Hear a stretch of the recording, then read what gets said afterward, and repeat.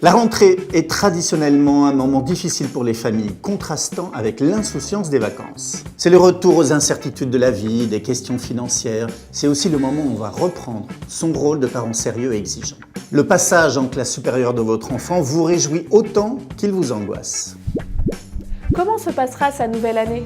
Sera-t-il motivé pour travailler? Aura-t-il de bons résultats scolaires?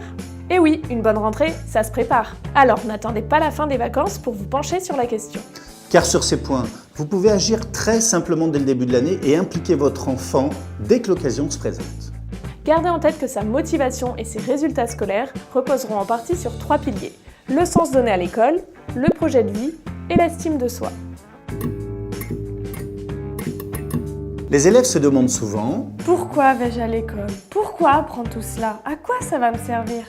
Ces questions sont très sérieuses et légitimes. Il ne faut pas les esquiver.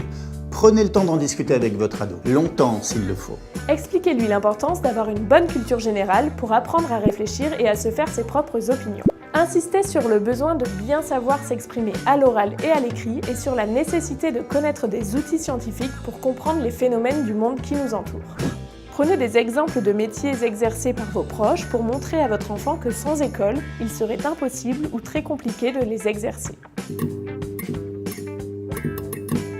En pleine adolescence, il n'est pas rare d'entendre dire « Je ne sais pas quoi faire plus tard ». Et c'est bien normal. Bonne nouvelle, on ne demande pas à un élève de lycée de choisir son métier. On lui demande juste de réfléchir à ce qui est important dans sa vie et de commencer à se projeter. Avoir un projet d'orientation consiste juste à définir ce qu'on aime faire et à décrire ses aspirations. Le choix des filières puis des métiers vient naturellement par la suite sans effort. Ainsi, aider son enfant à construire un projet ne consiste pas à lui demander un choix impossible. Que veux-tu faire plus tard? Mais juste à l'aider à bien se connaître. Voici 2 bonnes questions à lui poser. Veux-tu faire un métier en solitaire ou un métier en lien avec les autres? Est-ce que tu t'imagines travailler dans un bureau ou être plutôt indépendant? Qu'est-ce qui te motive le plus? La sécurité de l'emploi, l'innovation, le commerce, l'aventure, la solidarité ou encore le sauvetage de la planète? Ces processus sont longs et vous ne devez jamais paniquer si votre enfant flotte un peu dans cet univers de questions. Soyez bienveillants et continuez de temps en temps à l'aider à réfléchir. C'est le nerf de la guerre. Les professeurs le savent bien, il suffit qu'un élève réussisse bien dans une matière pour que soudainement il se mette à l'apprécier. Améliorer l'estime de soi de son ado est un travail de toute une vie. Et puisque c'est un combat, autant utiliser les bonnes armes. La bienveillance, l'amour, le soutien et les encouragements.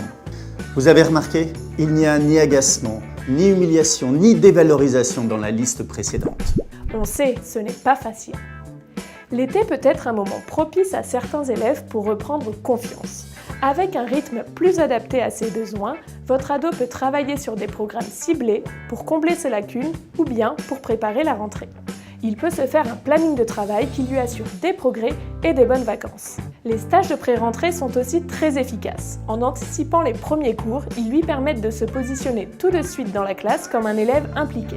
C'est le meilleur moyen d'éviter ce que beaucoup de professeurs observent, une mise en route lente des élèves dans le rythme de travail attendu.